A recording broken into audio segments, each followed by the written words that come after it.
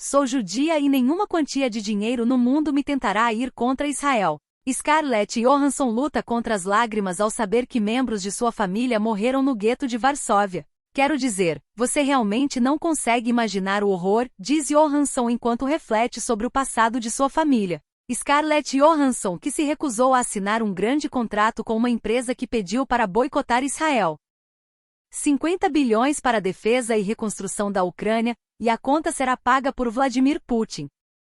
Itália G7. Aparentemente Giorgia Meloni venceu a queda de braço com Macron sobre a palavra aborto no texto final do G7. Fonte, Reuters. Onde quer que eu vá, quer as pessoas passem por mim numa rua nos Estados Unidos ou no estrangeiro, ou quer eu esteja num palco a fazer um discurso, as pessoas agora gritam, Cristo é Rei. É difícil descrever o quão poderoso, unificador e humilde isso é. O futuro parece brilhante. No Brasil, o futuro é um eterno vir a ser algo abstrato, perdido no campo das platitudes. O que mais dói, contudo, não é ter jogado fora o futuro, mas contaminar de tal forma o presente que o futuro se faz mais distante e nebuloso e o passado, qualquer passado, um desejo anacrônico de presente. Tem muita gente por aqui, ajudando o Brasil a continuar nessa inércia visceral, por motivos escusos, mesquinhos, de seus próprios interesses. Cuspam pessoas assim do seu convívio. Por esse motivo sou a favor do brasileiro manifestar-se por liberdade, por um país melhor, sem esse bando de criminosos que sequestraram o nosso país. Esse assunto de manifestação já deu. Estamos terminando a terceira semana com a mesma pauta. Ninguém fala mais sobre o Rio Grande do Sul, sobre as atrocidades acometidas contra aquele povo. O nosso caráter não é sobre aquilo que verbalizamos, falar até papagaio fala, mas o nosso caráter está totalmente embasado nas nossas condutas, nas nossas ações reais. Trump diz que governador da Virgínia pode ser o candidato a vice na eleição de 2024. Alemanha, o jornal Bild questiona se a juventude alemã não é mole demais para servir o exército. Claro que é. Emascularam os homens e agora procuram leões para o exército para lutar numa guerra? Nossa missão de construir GAB-AI como uma plataforma de inteligência artificial imparcial e sem censura é mais importante do que nunca. OpenAI, a empresa por trás do ChatGPT que anunciou recentemente uma parceria com a Apple para levar o ChatGPT a todos os dispositivos iOS, acaba de nomear o ex-chefe da NSA para seu conselho. A última coisa de que precisamos é desta empresa de criaturas do pântano liderando o ataque à inteligência artificial desperta usada por todos no planeta. Precisamos de alternativas verdadeiras baseadas em valores americanos como a liberdade de expressão e GAB inteligência artificial é a resposta. Débora Rodrigues, cabeleireira sem antecedentes por ser mãe de 2 crianças, 6 e 9 anos, teria direito de responder em liberdade, mas continua presa há 1 ano e 2 meses porque escreveu uma frase com batom, perdeu, mané na estátua em frente ao STF. Enquanto isso, quantos traficantes presos em flagrante com grandes quantidades de drogas são soltos nas audiências de custódia? Será que temos 2 códigos de processo penal? Eu só conheço um. Não me surpreendo com a fala dele, é apenas má intenção camuflada de ignorância. O que eu realmente não entendo é como alguém leva ele a sério a ponto de deixá-lo à frente de um país. Melhor objeção ao argumento esquerdista contra o PL 1904-2024. No caso de aborto por estupro, o bebê inocente é condenado à pena de morte pelo crime terrível do pai, enquanto o pai estuprador fica preso alguns poucos anos, e olha lá, vai para o semiaberto e depois é solto com o direito à ressocialização garantido pelo papai Estado. Eu não assistiria essa palestra. Como assim, na mão de poucos? Qualquer um com acesso à internet tem um bom número de opções de inteligência artificial à sua disposição, algumas sem pagamento de tarifas ou assinaturas. Mas o problema desse traste é haver gente ganhando muito dinheiro com isso, daí a brilhante ideia de estatizar a coisa toda. Não se iluda, as propostas de políticas públicas da esquerda são quase sempre baseadas na inveja. Sorria, o Brasil voltou. Pague seus impostos em dia e não reclame. Afinal, a democracia foi salva. As pedaladas voltaram. Viva a democracia lulopetista! O governo de Luiz Inácio Lula da Silva, PT, alterou dados da Previdência Social para reduzir a projeção de despesas com benefícios em cerca de 12 bilhões de reais, segundo documentos obtidos pela Folha. A estimativa menor, incorporada ao relatório de avaliação do orçamento do segundo bimestre, ajudou o executivo a desfazer o bloqueio de R$2,9 bilhões realizado em março e honrar o acordo para liberar mais R$3,6 bilhões em emendas parlamentares. Sem a contenção nos números da Previdência, o cenário mais provável seria a imposição de uma trava ainda maior sobre despesas discricionárias, como custeio e investimentos, segundo 2 técnicos do governo ouvidos sob reserva. O principal assunto do país hoje, segundo militância mainstream, é a perda do direito de matar bebês depois de 22 semanas, já em condições de sobreviver fora do ventre materno. É impressionante como Lula 13 está cada vez mais parecido com o governo Dilma. Do relatório do TCU, que praticamente reprovou as contas de 2023, chama a atenção a questão da concessão desenfreada de benefícios tributários e fiscais.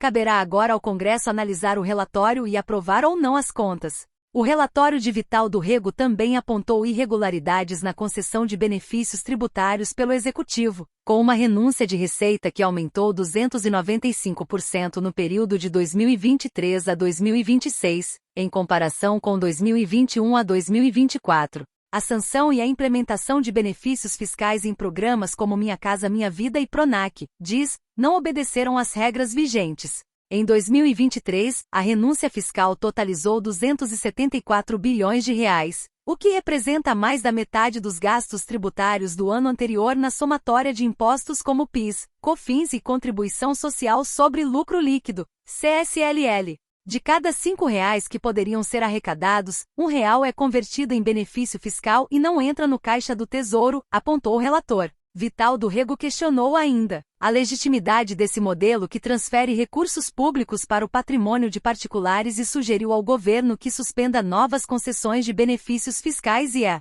ampliação dos valores vigentes em um cenário de déficit fiscal. A intenção é que a União pare de se endividar pagando juros altíssimos, ao mesmo tempo em que concede esse tipo de benefício, ressaltou. 2 observações sobre estas imagens de hoje na conferência do G7.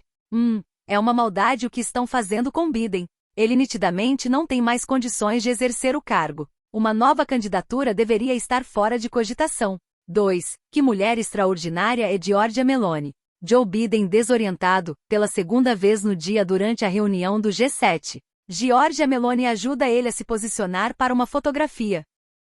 Mais um artigo imperdível da Paula Schmidt.